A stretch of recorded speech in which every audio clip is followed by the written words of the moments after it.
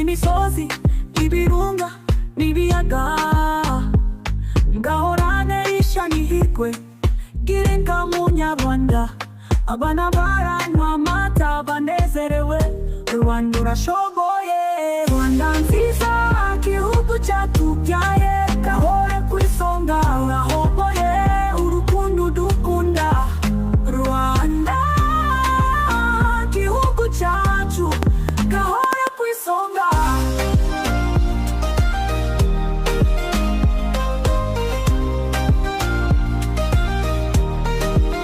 Umutekano iwacu uraharangwa,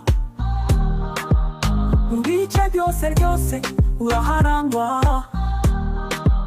Intara z'igihugu turanezerewe, ibyo twifuza byose tubigeraho.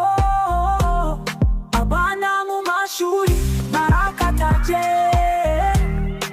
ikoranabuhanga riraharangwa.